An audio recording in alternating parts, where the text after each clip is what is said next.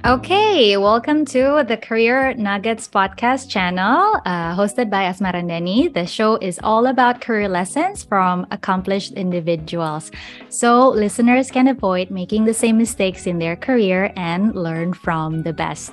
Hari ini kita kedatangan tamu spesial, Anggi. Hi Anggi, how are you? Halo Ajeng, how are you? I'm good, thank you. Thank you so much for making the time for the Career Nuggets podcast. Thank you for being here. Always a pleasure. It's I find it very difficult to say no to you. No. Terima kasih loh. Ini Mbak Anggi ini sangat-sangat sibuk, ya kan? Sangat-sangat sibuk dan di tengah-tengah kepadatan aktivitas gitu ya, dicuri weekendnya untuk ikutan ke dalam podcast ini gitu. Jadi sangat berterima kasih dan apresiasi sekali. Sama-sama. Kalau buat Mbak Ajeng apa sih yang enggak ya kan? Iya. Res banget ya, kenapa kita tiba-tiba res? Oke, kita mulai dengan pertanyaan pertama. Ya, tell us about your career supaya teman-teman di sini juga mungkin bisa kebayang apa sih sebenarnya yang Mbak Anggi lakukan ini, and tell us about your career and what are you passionate about.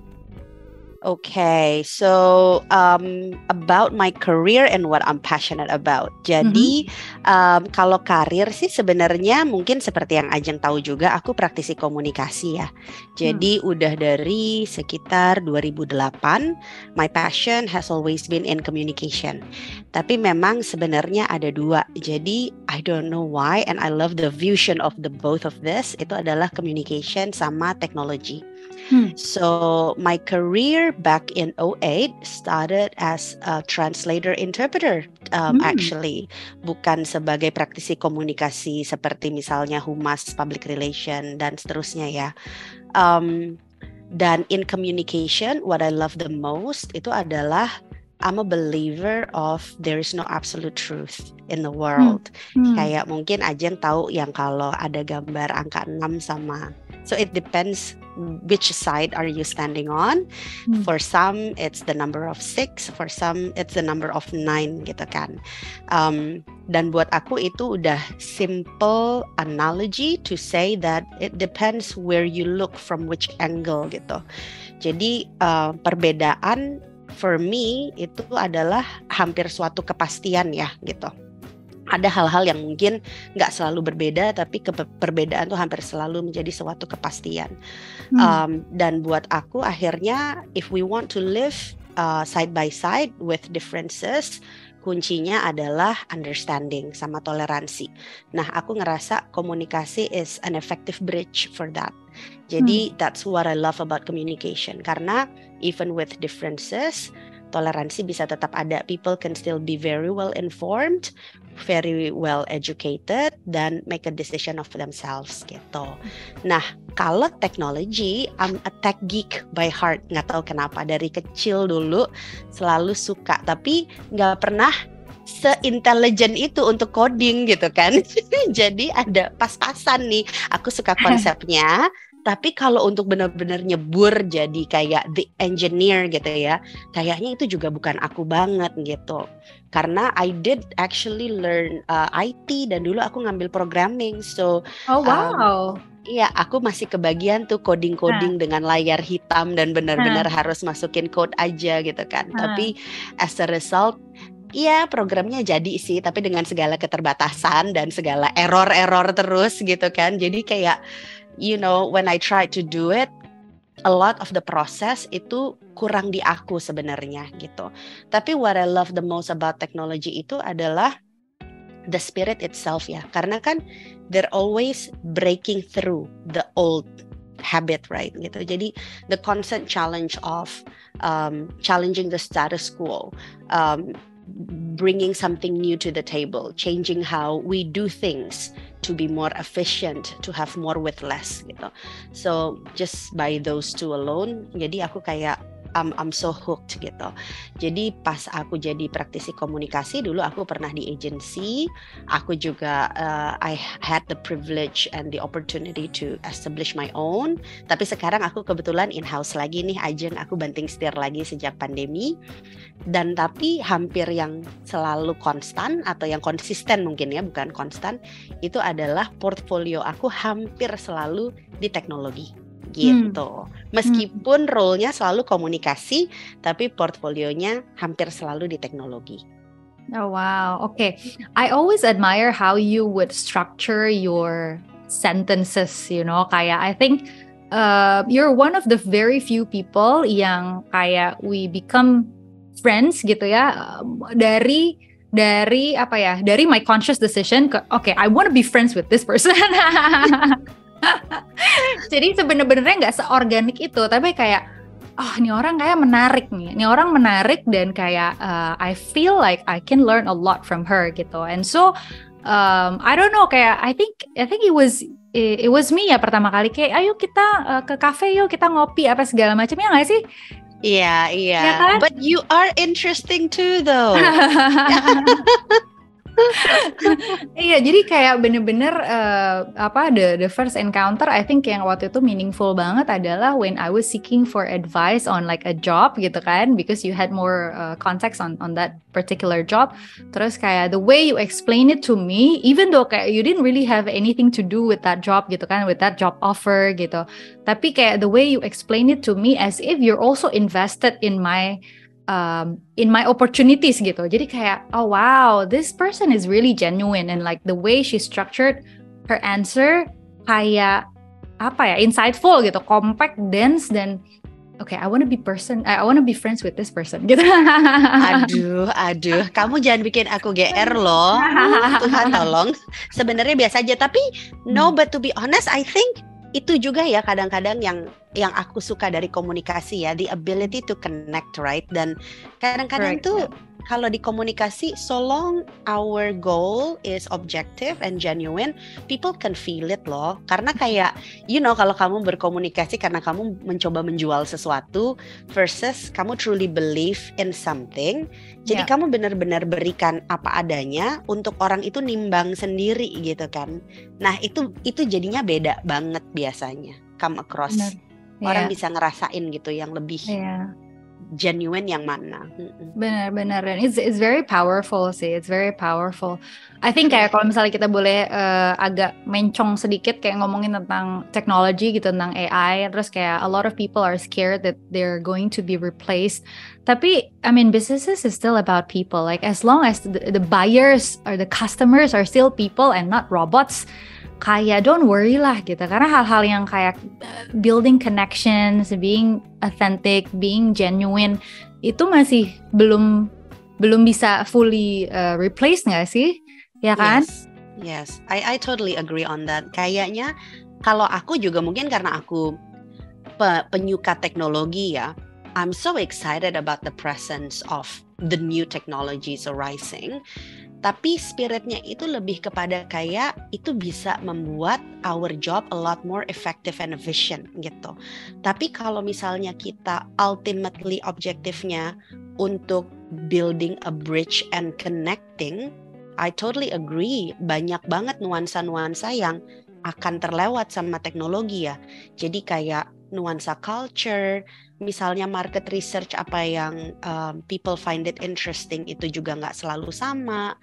Bagaimana cara bikin proporsi yang sesuai, kemudian juga the emotional attachment, apa yang relevan, apa yang enggak, belum lagi sensitivity among the community, right? Karena kan bisa beda-beda kan, di Jakarta sama Bali aja udah bisa beda, apalagi kita bicara like a global product misalnya, localization jadi satu kunci banget, dan I don't think the technology is there for now gitu. Tapi paling enggak bisa ada efficiencies. Kadang-kadang kan yang sulit di kita tuh the starting point kan. Aduh mandek nih gitu kan. Duh mau nulis kok nggak ada ide ya gitu kan. Tapi I find that this AI dan lain-lainnya itu bisa jadi a kickstarter lah gitu. At least kayak hey how about this? ideasnya bisa di-throw dulu gitu sih. The way I look at it ya. Iya. Tapi memang kayak revolusinya terjadi cepat sekali ya. Maksudnya Sure. kayak dulu revolusi industri kan itu setelah sekian lama, terus sekarang begitu internet founded sampai sekarang gila leap-nya udah Yes. kayak waduh gitu kan. Emang jadi Yes. ya nggak salah juga kalau orang ketar-ketar, karena maybe the pace of like, karena human brains is still the same, right? Works the same dari zaman dulu sampai sekarang masih begitu gitu. Walaupun itu sendiri on its own udah cukup kompleks, tapi kayaknya kan the growth of things lewat internet dan lewat teknologi tuh kayak leap-nya kitanya belum sempat mencerna gitu udah jadi apa ya nggak sih? Mungkin kayak that's also one of the reasons why people are nervous about it gitu. Tapi I like your take ya. Sebenarnya itu justru bisa bikin kita lebih efektif, lebih efficient, and like make things possible juga kan. And behind this technology, don't forget it's the human brain loh. Kan sebenarnya teknologinya enabler ya. Dulu tuh aku tuh pernah ada experience satu ya. I don't know if you will find it interesting or not, but for me it was very personal and find it interesting. Aku dulu, dan ini mungkin quite personal ya. Dulu misalnya suka ada perdebatan dalam diri aku about money sama teknologi. Maksudnya apa? Karena kayak with money misalnya ya, there was a point in my life di mana I feel so dictated by it gitu, kayak what am I gonna do without it gitu kan. With technology kadang-kadang juga sometimes you feel that sense kayak I feel so dictated by it. Kalau kita nggak bisa pakai teknologi and then we can't keep up gitu kan. Nah, waktu itu aku pernah lagi kerja sama orang Jerman kebetulan. Terus aku tuh lagi pengen nyandingin 2 screen buat keperluan translation. Nah, karena aku lagi shifting dari laptop dengan operating system A, terus udah gitu aku ganti ke B, jadi aku lagi gagap nih ceritanya. Kalau yang OS satunya udah benar-benar ada fiturnya, side by side window, yang satunya ini aku kok nggak nemu gitu kan. Terus aku kesel sama diri aku sendiri, jadi aku terus ngebatin dan aku ternyata ngomong, aku bilang stupid Anggi. Seorang Jermannya nanya, what are you talking about? Stupid Anggi, what is this stupid Anggi gitu kan. No, I just want to try to do this side by side window, tapi kok nggak bisa gitu. And then he said at some point, dia akhirnya gebrak meja, kayaknya dia gemes. Dia bilang gini, you know what Anggi, keep on saying you're stupid, you will be stupid. And don't forget, that thing is a machine, you're the human. You're the one who have to say how the machine should work, not the other way around. Dan buat aku, itu aku kayak took a pause. Dia bilang, kalau nggak ada yang automatic, something can be done manually as well. But you're the one in charge of the machine. And I think it's the same with the money. No amount of money can say that you're going to be enough. You're the one in charge of it.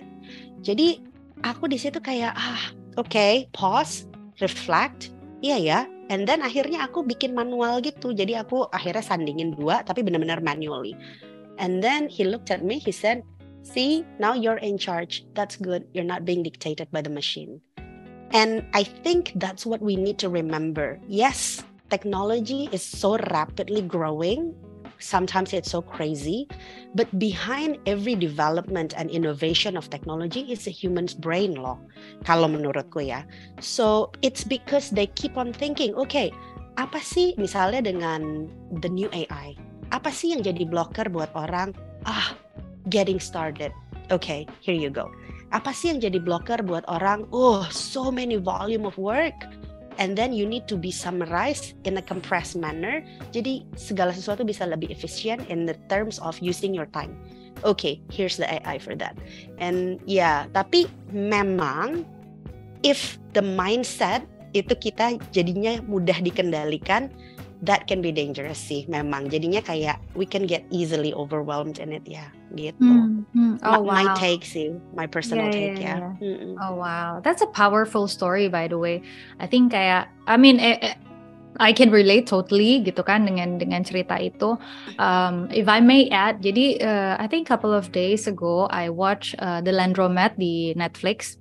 Jadi di awal-awal scene dia cerita tentang kayak, inget nggak kalau misalnya sebelum ada duit kita tuh barter gitu kan, kita tuh barter misalnya mau pisang tuker sama susu gitu, tapi kan kita nggak mungkin bawa susu atau kita bawa pisang all the time gitu kan, hence makanya akhirnya kita punya secarik kertas yang agreed upon, itu ada nilainya yaitu uang gitu. Tapi that's what it is gitu, that's what money is, alat tukar gitu. And back in the day we just like menukar sesuatu dengan sesuatu lain yang kita memang inginkan gitu. Tapi more than that kita nggak perlu lagi. Kita juga nggak perlu 1000 ton of bananas. Kita nggak perlu berpuluh-puluh liter of susu gitu kan. Once we drink the milk udah selesai, ya udah gitu. Kita juga nggak butuh sekian banyak itu gitu. Tapi karena sejak adanya uang, terus orang berpikir kalau kita butuh uangnya gitu kan. Padahal sebenarnya uang itu untuk memenuhi kebutuhan kita, dan it's just numbers in the screen gitu kan. Yeah. So I think that's really powerful juga sih when you tie that story, don't be dictated by a machine, and then you relate that don't be dictated by money. Ya, wow, that's very powerful. Ya, kadang-kadang terdengar utopian atau terlalu idealis ya, tapi at the same time, no man gitu, you need that mindset gitu, karena kalau enggak beneran deh, you can fall into the swirl of segitiga bermuda, aku rasa deh. Iya, oh wow, okay. Alright, now jadi kan berarti sebenarnya passionnya memang ada di communication and di technology, right? Terus kayak how did you get into the role pas yang sekarang ini? Gimana ceritanya kok sekarang ada di tempat yang ini gitu? Oh my god, perjalanan panjang ya Jeng. I don't know if we will have enough time. Lucunya ya, ini confession banget nih gitu. Aku tuh dulu kan sering, kamu kalau misalnya dengar motivational talk ya, kayak have a vision board, you have to know what you want. Terus udah gitu manifest into it gitu kan. Dulu tuh I was so scared karena aku gak punya vision board. Dan kalau misalnya kamu tanya to an 18-year-old Anggi gitu ya, even 20 years old, kamu mau jadi apa udah gede nanti? Bayangan aku cuman, no, I just wanna live comfortably. Aku tuh anaknya gak ambi-ambi banget gitu kan. Aku pokoknya inginnya berkecukupan dan menikmati hidup, udah gitu. Aku tuh gak punya spesifik, oh I wanna be an executive, I wanna be a career woman, atau misalnya I wanna be somebody in communication. Lah, kita dulu umur 18 atau 20 tahun aja tahu apa sih kita tentang dunia kerja gitu kan. Career ladder-nya kayak apa aja nggak ada bayangan sama sekali gitu. Jadi dulu aku kayak a little bit lost and feeling kind of like on a whim and scared. Yang lucu adalah aku mungkin cuman stick with I like gitu kan. Nah, dulu tuh ada 3 pieces of the puzzle that I never thought this will sort of like coincide together and shape me to who I am today. Jadi karena aku suka IT, aku belajar programming. Jeng, aku nggak lulus loh, aku cuma diploma by the way dulu untuk programming. Karena aku tuh kayak bisa coding sampai jam 4 pagi, nggak beres-beres. It's so frustrating. Itu cuman bikin form pendaftaran sekolah misalnya. Tapi benar-benar dari si layar hitam itu ya. Jadi Oke, lesson learned-nya adalah I like how computer helps your life, tapi to do the whole coding, that's not for me. So one failure, right? Or at least I felt like it was a failure. Terus akhirnya aku kuliah only for the sake of dapat S1 aja gitu kan. Aku dulu ngambilnya manajemen standar ya, marketing. Tapi di kuliah yang aku enjoy adalah aku join a debating club gitu. Nah, that's what I enjoyed the most actually di hari-hari kuliah aku. Dan itu yang tadi aku pelajarin dan aku share ke kamu, bahwa in the end of the day there is no absolute truth. Someone's hero can be someone's villain gitu kan. Jadi dan kadang-kadang se-ekstrim itu gitu. Jadi itu yang juga shaping who I am today gitu. Nah, habis itu aku menjadi alih bahasa ya kan. Aku jadi translator baik secara tertulis maupun interpreter juru bahasa secara verbal. Nah, di situ sebenarnya aku di-expose dengan berbagai macam area. Jadi you name it, ekonomi iya, environment iya, teknologi iya, even energy iya. Bahkan aku dulu pernah masuk kapal, aku masuk pabrik, aku masuk our presidential palace gitu kan. Terus udah gitu sampai aku juga masuk ke beberapa kantor-kantor negara yang nggak bisa aku sebutin sekarang, tapi it's something that I never thought it would happen to me gitu. And I do enjoy it a lot gitu. Tapi pada saat itu aku juga merasa from every pieces of the puzzle ada kekurangannya gitu kan. Kayak dengan IT, I love it, tapi aku nggak bisa melakukan itu. Dengan debat, aku juga sangat suka prosesnya, tapi to what end pertanyaannya gitu kan. Dengan interpreting, as much as I love the job dan aku terekspos di banyak hal, tapi aku nggak merasa aku punya depth atau aku bisa menjadi subject matter expert. Akhirnya aku let go all of that. Aku coba daftar jadi public relation consultant di salah satu agency di Indonesia. Dulu tuh aku udah income karena interpreting aku udah bertahun-tahun. Aku kayak tiap bulan bisa double digit ya Jeng ya. Aku turun ke UMR Jeng dulu, literally UMR kayaknya masih 2,8 deh per bulan. Gitu. Jadi itu dulu gaji pertama aku tuh gitu kan. Cuman I really thought okay, there's gotta be something yang missing, dan jadi aku continuously searching aja karena I did not have that vision board yang tadi aku bilang di depan. Nah, di situ terus ternyata akhirnya karena tech itu bukan expertise banyak orang, akhirnya aku jadi punya niche sendiri. Jadi segala macam klien-klien tech, network misalnya, software, kemudian information infrastructure, virtual computing, cloud computing, kayak gitu-gitu. Banyak orang yang sulit gitu. Ini gue ngerjain dokumennya gimana, gue nggak paham. Sementara buat aku, oh I know that. Dan aku bisa membantu mengsimplify bahasanya supaya bisa dipahami sama siapapun stakeholders kita gitu kan, yang notabene bukan orang IT. And akhirnya things are just rolling from there. Dari aku di agency, aku dapat tawaran in-house, tapi dulu aku masih nggak terlalu suka komitmen and I love variety. Jadi aku stick dengan agency. Aku sempat bikin agency aku sendiri juga selama bertahun-tahun. And then pandemic hit. Itu udah another reality. Akhirnya the team aku yang keluar karena itu untuk menyelamatkan agensinya juga. Obviously karena I was one of the founder, jadi gaji aku yang paling besar di sana. Tapi kalau misalnya aku yang keluar, dia punya lifeline lebih panjang lagi gitu kan. Jadi akhirnya aku yang keluar, aku sekarang loncat balik lagi jadi in-house di corporate gitu. Tapi ya aku juga sadar karena pas sekarang kembali ke in-house kan, pasti posisinya juga karena aku udah bertahun-tahun di industri ya. Jadi aku juga sadar nih kalau misalnya aku balik ke corporate life, aku juga nggak bisa jadi kutu loncat. It's not gonna be fair for whoever is hiring me as well gitu. Jadi sekarang komitmennya masih di sini dulu gitu. Panjang ya, maaf ya, udah berusaha aku ringkas loh itu. Tapi banyak banget, maksudnya kayak I think that also helps to paint a picture gitu kan, nuansesnya kayak gimana, the journey, dan kayak how you see things gitu kan from what you had been exposed to gitu. I think that's pretty powerful though. I mean kayak what I really like about people yang misalnya they accomplish so much gitu. Kadang-kadang orang tuh suka nggak sadar kalau mereka tuh udah accomplish banyak gitu kan. Karena mereka mungkin lebih busy ngeliatin future gitu, tapi nggak pernah take the time to reflect juga untuk appreciate, oh gue udah sampai sini, oh dulu gue menghadapi ini dan sekarang udah bisa ada di sini gitu kan. Cause I think kayak apa ya, this life will be really meaningful kalau kita punya kemampuan reflection gitu. Iya nggak sih? Yes, very true.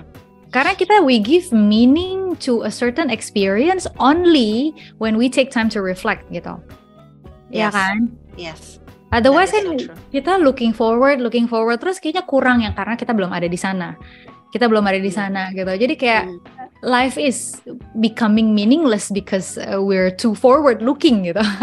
Benar sih, benar. Dan that's a very good point ya upon reflection. I think selain daripada menaruh meaning, in today's society kadang-kadang yang kita lupa adalah the system yang di-ingrain ke kita itu sometimes I feel a bit like a rat race. Like it's never enough, more gitu kan.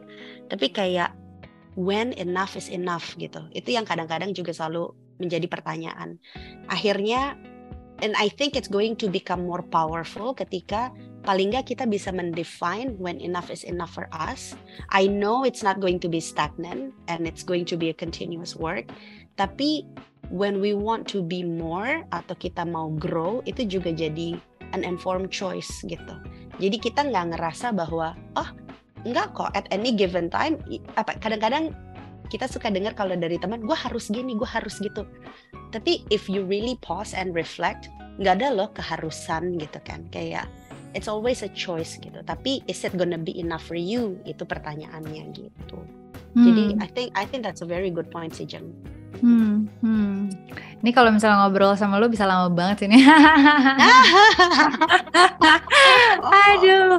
Oke, jadi dari sepanjang karir, ya kan, dari sepanjang karir yang sangat bervariasi itu dan sangat menarik karena tadinya adalah translator, terus habis itu rela untuk nuker gaji double digit menjadi UMR gitu, tapi along the process tetap aja banyak yang didapat gitu ya, a lot of gains juga yang akhirnya mengantarkan ada di posisi yang sekarang gitu.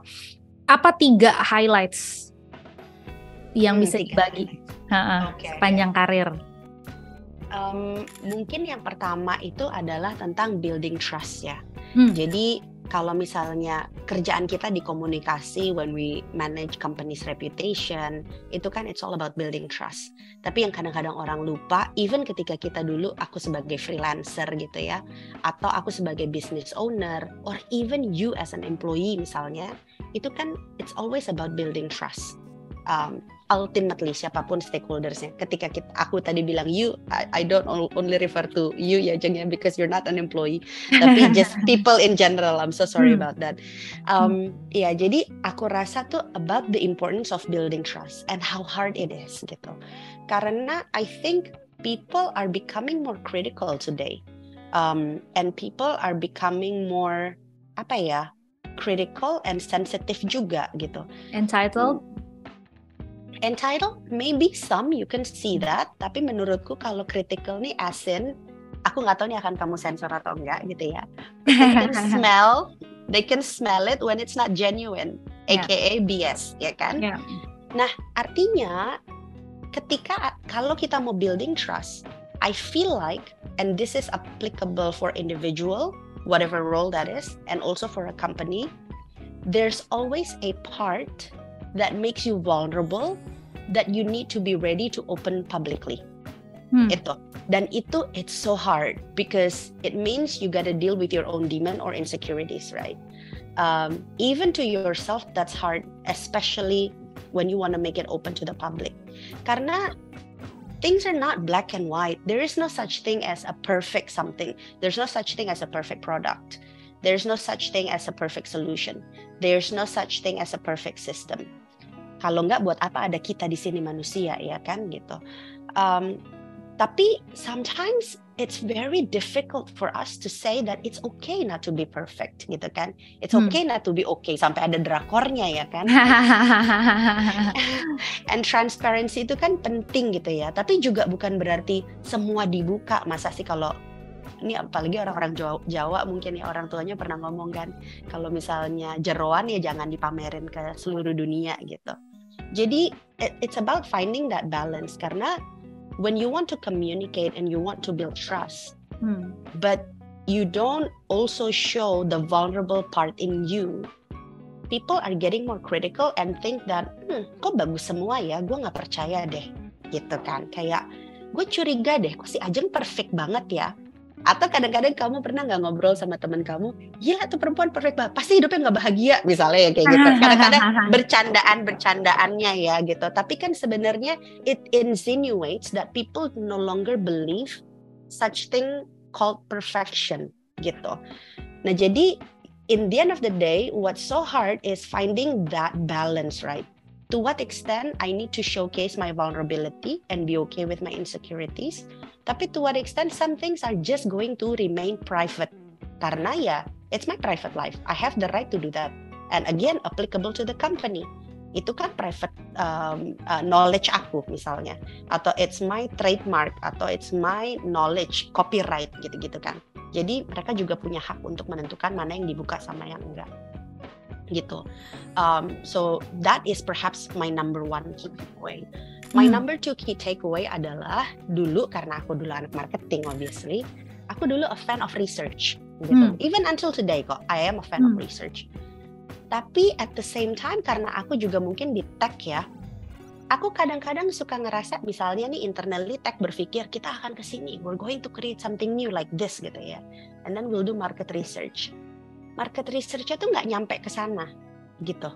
Jadi kayak it's always nice to know what the market has to say dan appetite-nya seperti apa. But at the same time, market is not always ready for innovation ataupun something new gitu. Yep. Ya kan? Jadi it's up to us again. Ya sekarang gimana nih? Lo mau ngambil resikonya seberapa banyak gitu. Kalau marketnya adanya di titik A misalnya, and then kita mau melangkah jauh, visinya misalnya di titik F gitu kan. Is it gonna fly? Atau kita mau bawa ke titik C? Ya kan? Jadi at least sedikit terdepan lah gitu. Tapi mungkin masih bisa di-adopt atau apa. Tapi again, that's a constant battle. Jadi, tapi temanya sebenarnya mirip sama yang pertama, yaitu about calibration and finding balance. Tapi mungkin di dua konteks yang berbeda gitu. That's my second key takeaway. The third key takeaway itu adalah tentang, karena sekarang aku balik ke corporate life kali ya, tentang work-life balance. I think this has become the topic for so many people as well. Apalagi kalau aku lagi interviewing candidates buat hiring. Selalu ditanya, work-life balance di perusahaan, kamu gimana mbak? Gitu kan. And I always say, akhirnya ya, unfortunately there is no specific formula for this. Gitu. Dan yang kadang-kadang masih aku sayangkan adalah kita sebagai individu do not put ourselves into the equation. Kalau aku ngelihatnya. Jadi biasanya gini, work-life balance, company rules seperti apa, realitinya seperti apa. Say company rules, 9 to 6, 9 to 5, whatever you wanna set it ya. Realitinya, giling, gue sih nggak kelar sih 8 jam kerja, gue butuh 12 jam kerja. Kan misalnya, kalau nggak kerjaan nggak kelar. But sometimes I challenge my team as well. Kerjaan nggak akan pernah kelar. Kapan pernah kelarnya kerjaan, ya kan? Variabelnya yang ada di dalam formula, for me, it's the company rules, it's the reality in terms of your workload, apa yang perlu dikerjain, and the third variable is you, menurut aku. You-nya itu as in ourselves, set our boundaries. We're the one who knows best, tenaga kita dan energi kita sampai seberapa, gitu kan. Dan kadang-kadang kalau kayak sekarang ya aku makin kesini, people are so different gitu. Ada orang yang in tune banget justru malam-malam. Aku tuh suka bingung. Aku tuh punya tim ya. Dia tuh suka kirimin file jam 2. Aku kayak, hey, I never asked you to work like really late at night. What are you doing at 2 a.m. sending files gitu kan? Dan tim aku bisa ngomong, aduh mbak, soalnya aku bener-bener nyalanya justru kalau malam gitu. Nah, as a result aku juga kayak kalau pagi-pagi aku bilang, take it easy, ada priorities apa dulu, give it to me, I'll handle it, and then you take it easy karena I know you stayed up very late last night gitu. Tapi apa ya, kadang-kadang emang flexibility matters gitu kan. Dan again formulanya buat aku tadi 3 itu ya, yes company regulation is one thing, reality is a second one, tapi the you factor itu yang harus kita perhitungkan. Dan you-nya itu menurut aku, we ourselves have the responsibilities to know our boundaries and to enforce our boundaries, and that's very crucial. Dan kita selalu punya suara loh sebenarnya, no matter what your position is. Mau kamu posisinya manager, mau kamu posisinya yang di manage, itu menurut aku tetap works both ways gitu. Itu sih mungkin key takeaways yang aku pelajarin ya so far. Sangat padat ya. Seperti jawaban-jawaban yang sebelumnya. I think what I want to add on mungkin yang ketiga dulu ya. Yang ketiga, I think when you mention ada 3 variable dan variable ketiga adalah it's you. It reminds me of the first story that you told us about money and technology gitu. Don't let your work dictate you, right? Kan kita hidup bukan buat kerja ya, tapi kerja buat hidup ya. Iya, betul. Kadang-kadang memang kita butuh constant reminder sih ya. Karena betapa banyaknya sesuatu yang seemingly urgent gitu, akhirnya kita jadi lupa. Oh, kita itu kerja untuk hidup, bukan hidup untuk kerja loh, ya kan? Yes. And on the second point gitu kan, you were talking about innovation kan, basically between research and technology gitu.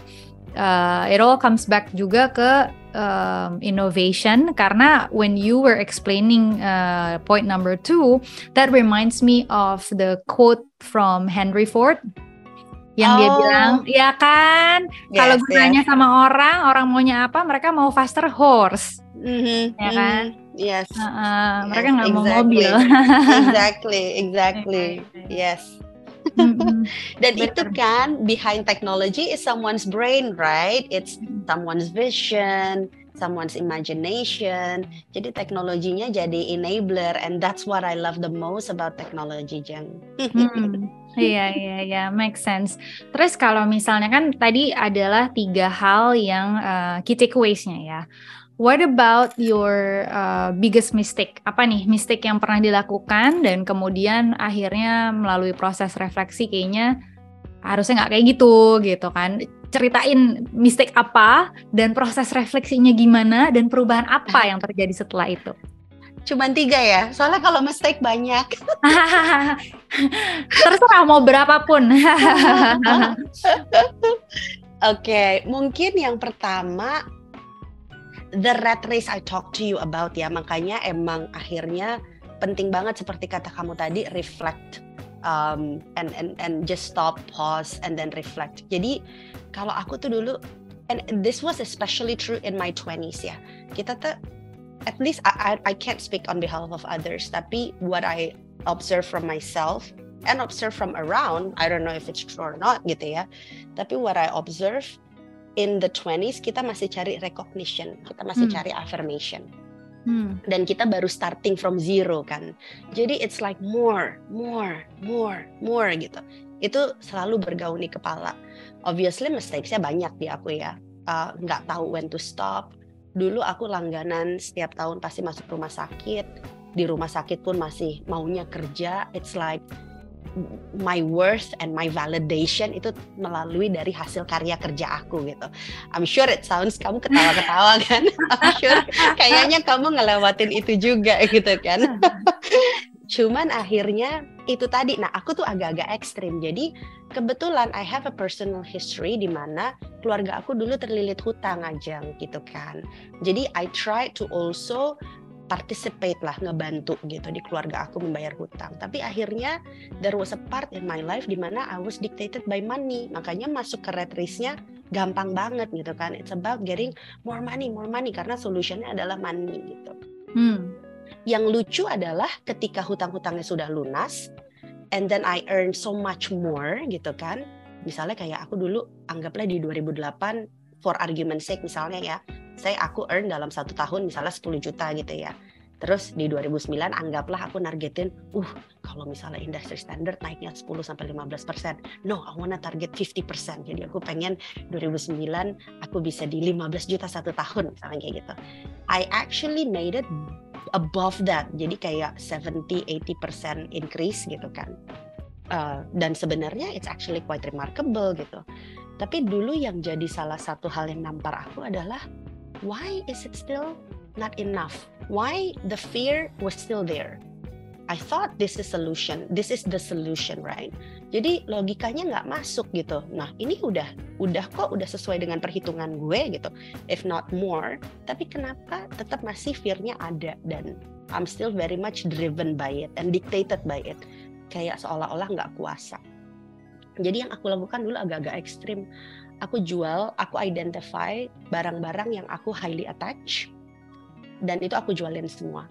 Jadi at that time I sold my car. I wanted to know what's going to happen if I have to take a public transportation misalnya. Terus dulu ini so silly, tapi dulu aku tuh suka sebel sama rambut aku yang wavy ini. Jadi aku addicted banget sama catokan. There's not one day di mana aku bisa hidup tanpa catokan. And then I threw it out. Aku pengen tahu what's the worst that can happen to me kalau misalnya rambut gue is not the way I like it, gitu kan. Dan lain-lainnya among other things ya. Pokoknya intinya aku trying to detach from things I'm most attached to. And then what I've learned adalah nothing bad happen. Life goes on, and I can pretty much take care of myself and then whoever I want to take care of at that time. Jadi aku ngerasa, so more money is actually not the answer. That was one of the eye-opening moment in my life gitu, karena aku masuk rumah sakit after rumah sakit hampir setiap tahun, and then problemnya udah lewat tapi fear-nya tetap masih ada. So fear is a concept gitu kan, and then whether you want to overcome it or not, it's up to you, and more likely than not, it's always about changing the mindset first. Itu yang hal paling pertama aku pelajarin. Nomor 2, as you age, and I am not disclosing my age. Udah kesebut kali barusan. Aku nyebutnya in my 20s and 30s ya. Iya sih benar. Oke. As you age, what I feel, dan again ini adalah keniscayaan yang tidak bisa terhindarkan because we all age gitu kan. Your body has limitations, whether you like it or not gitu. Kalau dulu aku bisa gitu ya stay up sampai jam 3 masih partying, terus udah gitu jam 6 udah ada di venue lagi untuk event berikutnya gitu kan ya. Sekarang ya Allah, aku udah tidur dari jam 10 aja, jam 6 harus ada di venue tuh udah kayak kok rasanya badan beda gitu ya. The clarity, kejernihan berpikir dan lain-lain. Jadi badan kita itu punya limitations gitu. Nah, akhirnya yang aku lakukan adalah benar-benar mulai belajar banget sih secara biologis dan secara psikis, how do you maintain the flow of productive energy in your body gitu. Dan ternyata jawabannya simple kalau buat aku. 1, selalu tidur cukup. 2, makanannya itu yang kita masukin ke badan punya nutrisi, jadi jangan sampah kan. Sama yang ketiga, olahraga teratur. Yang secara mental yang aku jaga adalah I practice meditation, untuk yang tadi Ajeng bilang reflect, pause gitu kan. So you have time to be grateful of what had happened, you have time to challenge yourself and question yourself tentang sebuah konsep yang maybe drive you thinking into certain thing gitu kan. Sama amazing support system. And I think you're one of it too. I find it always fulfilling gitu kan. It's so nice kan kalau kayak we can talk to each other, just be ourselves in a safe space, non-judgmental, and just, you know, challenge each other thinking. Karena kadang-kadang we have our own bias gitu. That's number 2.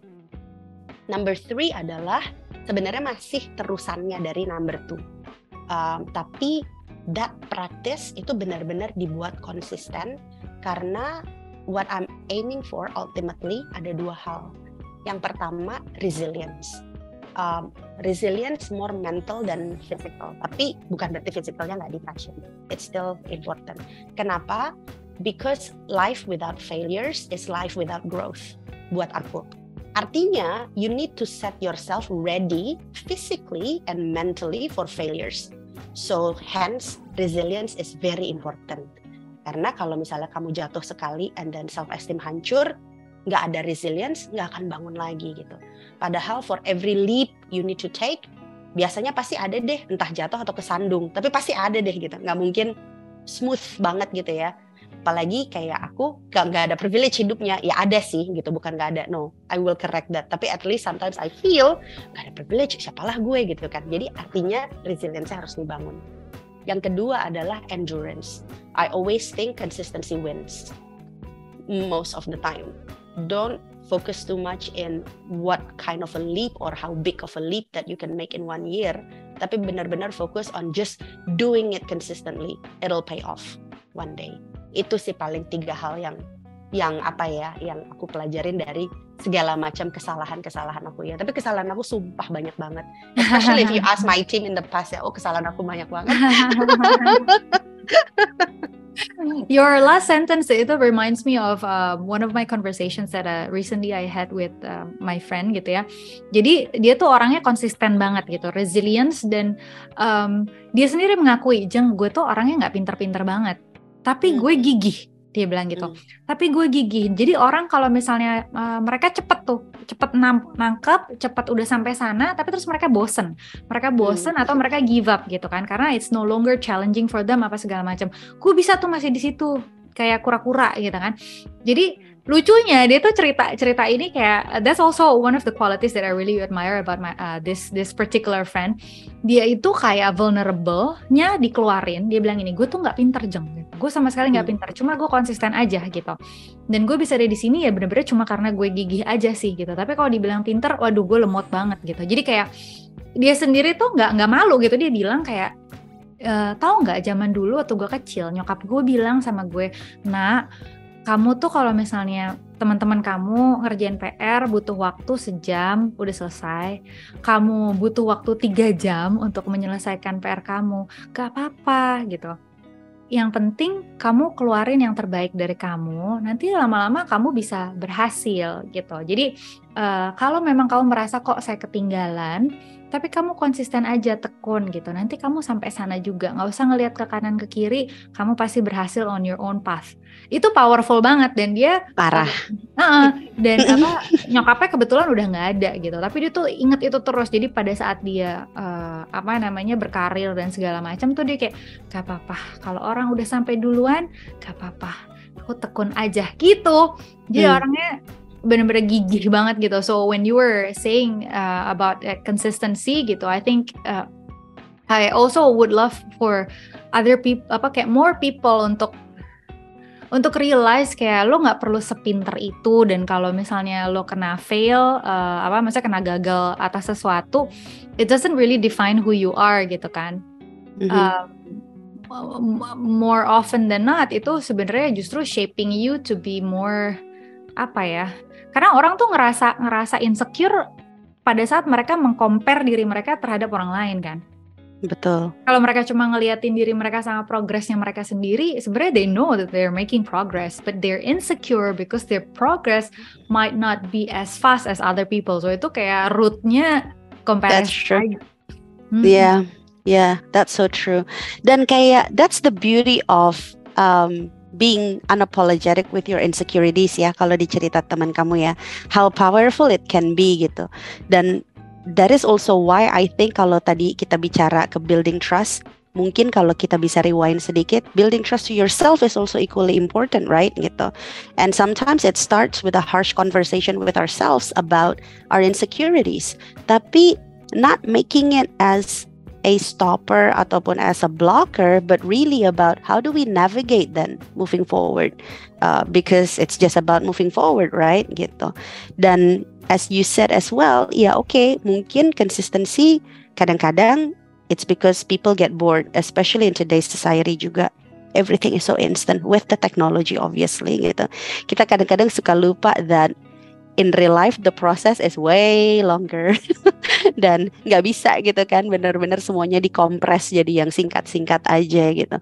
So that's the demon number 1, and you're right, demon number 2 adalah always comparing ourselves with other people, which yes, itu benar-benar sesuatu yang kita perlu constant reminder that don't fall into that trap gitu. Dan kadang-kadang I think ada demon number 3 ya. Ada some people, I see it sometimes in me, not all the time, tapi sometimes in my friends, they're perhaps the worst critics and the harshest critics of themselves gitu. Ya Allah, kalau kritik diri sendiri jahat banget Jeng, kayak I fail, I'm a failure, di labelnya tuh nggak tanggung-tanggung, yang kayak hello, failure is an opportunity for growth. Kayak what are you talking about gitu kan. Jadi iya sih, jadi emang kita harus super hati-hati ya. Itu it's tough sih, karena at the same time kalau misalnya aku lihat gitu ya, orang-orang ngomongin self love, be kind, I like the idea, tapi juga kadang-kadang kebablasan in a sense that you're not building yourself juga gitu, because you need a balanced approach antara self love dengan disiplin gitu kan. Jadi kind of like more tough to some degree, tapi juga nggak yang harsh gitu. Jadi balance is always very tricky, I think. Oke. Nah, sekarang yang terakhir, kalau misalnya bisa leave a message gitu ya, atau wisdom, terserah, satu wisdom yang bisa dibagiin ke orang-orang yang ngedengerin ini sekarang, kira-kira apa tuh?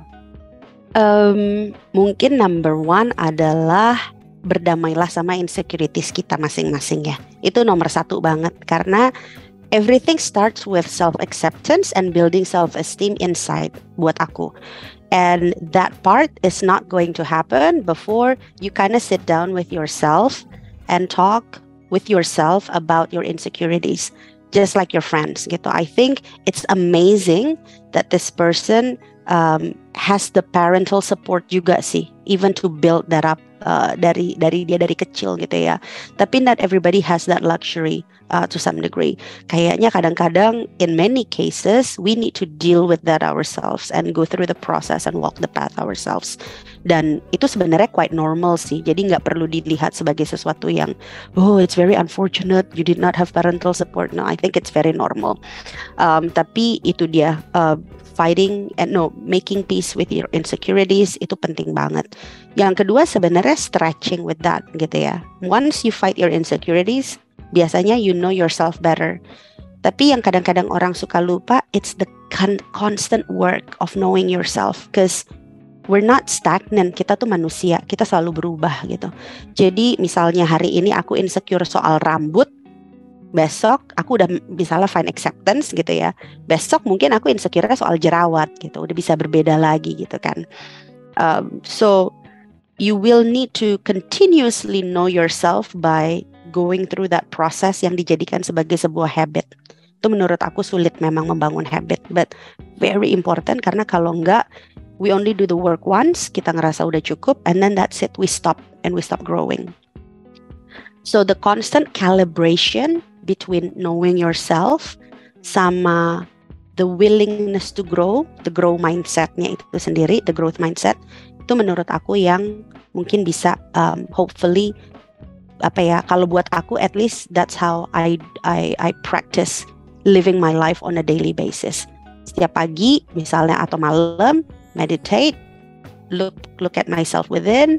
How do I feel about everything? What are my insecurities? Have that honest conversation in a non-judgmental space, and also thinking what kind of a growth that I want to go gitu kan. And then every time thinking of a growth, itu kan kayak achievement ya. Akhirnya selalu ada proses bertanya pada diri sendiri kan, what is the price I have to pay for to get there, meaning the sacrifices, the potential failures. Am I ready for that? Do I have the resilience for that? Kalau belum ada, sekalian dibangun dulu aja kayak gitu. Tapi that constant conversation with yourself is very crucial buat aku. Untuk kamu jadi manusia yang mungkin paling nggak merasa di hatinya lebih sedikit utuh, tapi at the same time you have that rooms for development juga. Maybe that dari aku. Wow, that's very powerful. Okay, I think with that kita bisa membungkus episode kali ini. Thank you so much for sharing everything, all the wisdom nuggets ya. Banyak banget yang bisa dipelajarin. Makasih banget Kakak Anggi. Sama-sama. Thank you for inviting me. Thank you for having me. Maaf kalau misalnya kurang membantu pembicaraannya. Kalau ini ala-ala nih, yang terakhir nih ala-ala nih. Enggak, jujur, karena kan belum tentu semua orang relate. Nggak apa-apa, aku relate kok. Oke, baiklah. Oke, thank you so much. Take care ya. Thank you, Ajeng. Bye. Bye.